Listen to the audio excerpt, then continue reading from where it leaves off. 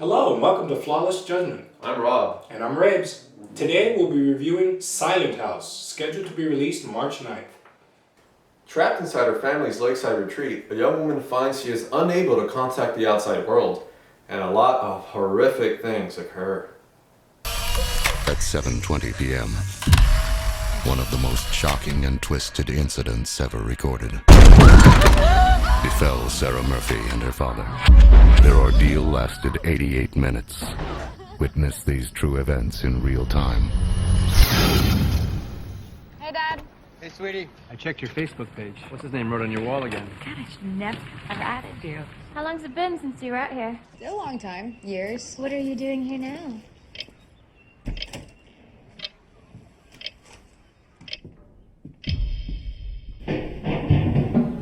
Dad? What are you doing? I just thought I heard something upstairs. Daddy? So Silent House, Raybes, I came into this film thinking it was just going to be another horror film. This really looks like a low-budget film. It brought back memories of like Blair Witch, of Paranormal Activity. I think, I haven't actually looked at the budget. If someone knows what the budget is, write it in the comments below. I'm guessing probably around 20 grand just by looking at it. I think you probably think it's a little more. I'd go as little as 100 grand though. What I really liked about this film is the camera work. Since the beginning of the film, I was blown away that it was all in one take. 1 hour and 30 minutes of the film was just shot all in one take, meaning the director never yelled cut. He yelled action and it was shot all in one take. The actors, had to obviously memorize all these lines. A lot of it, I'm sure, was ad-libbed and improvised on the spot.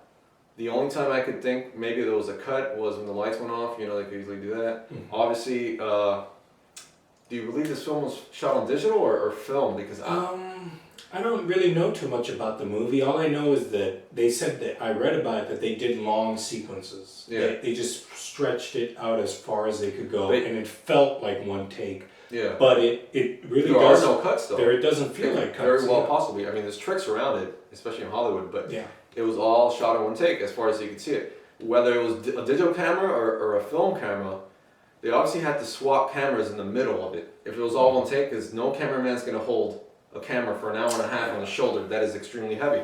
Mm-hmm. That's pounds and pounds. That's a lot of weight. So, but they could easily do that. A cameraman comes behind it, grabs the camera, and continue to shoot it.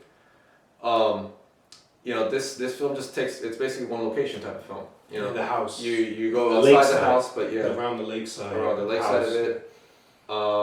It has a couple of cheap scares, not too many, so I enjoyed that because I think cheap scares always ruin horror films. But this film overall has moments where you do feel a little tension. It definitely isn't like a masterpiece and by any means. No.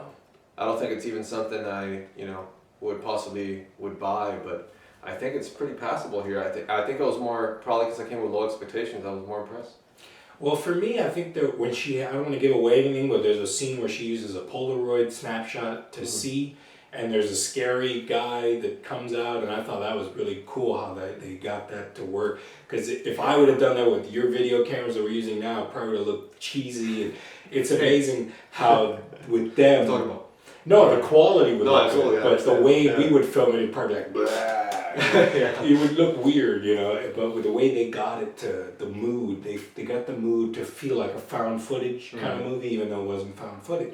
And the acting by this girl, man, I mean, one moment you have to be like... Elizabeth Olsen. Yeah, she really changed and did the sequences and just, it felt real, and that's hard to get an actor to just be that without giggling or laughing or kind of, tripping or something, So I thought, very good. All right. Well, now we're going to go ahead and narrow down some categories. As far as directing, like I said, I mean, the camera work, it was quite stunning to see something like this in what looks to be a very low-budget horror film. And I think they did a good take with it. The camera follows her very well. When it goes out of focus, it quickly becomes on focus. The camera guys is doing a good job with that. And when it actually becomes out of focus, it even gives it that more of that, horror element. Overall, I think the direction was strong.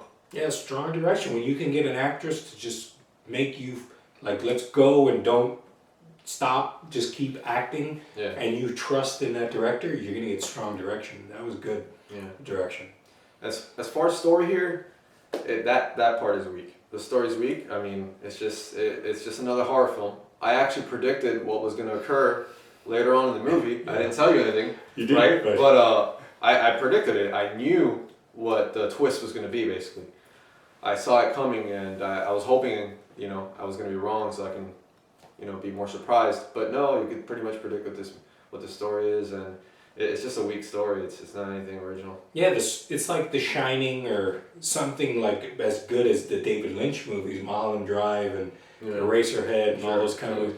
Those weren't strong on story, but they were good on mood, and they were good. But this one, a weak story, you don't really remember anything other than what the twist is, and you're like, oh, that's why this is happening.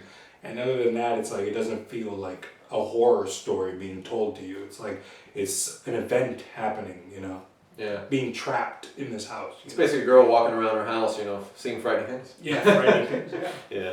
As far as acting, I think this Elizabeth Olsen did a great job. When you have a camera and it's all in one take, going for an hour and a half, the girl, you feel that she's really frightened. She cries. She's really scared. She wants to know what's going on here. She wants to know, who's killing all these people or who's doing this. Who's doing the killing, the scare. What the hell's going on basically in the house. And as far as the other actors, her dad and her uncle, right, that were there, they did a great job as well. It's not top-notch Oscar caliber acting, but for a horror film, this is definitely a strong acting. Yeah, this is strong acting. I mean, it's really impossible to just get a video camera or a film camera and be like, you got to do this. You got to be scary one moment, do this another moment. Yeah. And it's hard to just change like a chameleon into everything. That you have to feel like it's really going on, and this actress makes you feel like it's all happening. Strong for me. As far as the music, there's just sounds. Yeah. There's not really music. It's just typical, I guess, Friday the 13th, Halloween type music, sounds where it's just like you feel this kind of like tension. Yeah. Yeah, it's low end type bass. It's almost like a subwoofer's about to blow up. That kind of, so it just builds up. So besides that, there really isn't any score or anything. So it's a week. Yeah, weak for music because I don't remember any. It's not like Halloween or Friday the 13th where you know. Or it has their theme song. The theme songs, like yeah. And there's no clear villain, or anything. But later you find out. But there's no villainy theme going on, that scares you. Like, oh, something's coming, Yeah. It's just like As far as entertainment, I have to give that a strong because I was, throughout the movie, it held my attention, and I was entertained. I was trying to see, first, why doesn't this girl just leave or call the police? Yeah. Right, and all this stuff. But later on, you find out why she doesn't call the police and why she is still there and all this. Later on in the film, you find out all about that. But throughout the film, I wasn't bored. I was entertained. Yeah, me too. I like the entertainment strong. And I just realized they don't use cell phones, I don't think, in this movie at all. None of them pulls out their cell phone to see That's light. true. They don't. They already have light. And, I guess they didn't want product placement, oh, look at his phone, But, very, very entertaining for me. Mm-hmm. Something I'm definitely going to have to see it again because my family likes horror movies. So we'll probably see it again as a scary movie together. Absolutely. So entertainment. And when it comes to lasting appeal, I'm in the middle road with it. I'm in the middle of the road with this one, but overall as a film, it did have an appeal with me. I even talked with Raybes here for a while about the camera work and all this. I was impressed in some points of the movie, so I think I'd have to give it strong on the lasting appeal because I would want to see it again.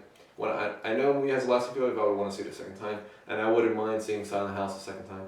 Lasting appeal, I think a lot of other movies from the future from now are going to try to attempt this, the long sequences, one location kind of thing, even like Paranormal Activity came out and everybody's doing it. So it has a lasting appeal. We haven't seen something like this done this way, and we probably will see a lot more movies like Exorcist movies or zombie movie or something like that done this way. Yeah. So there's a good, strong, lasting appeal for this movie. Yeah, this film is not, we've seen something like this before, but I think the camera work overall was something that impressed me. The fact that it looks very much low budget. It's not a great film by any means, but I think it's a passable film. I know horror films get a bad rap all the time because there are a lot of shitty films out there that are of horror films.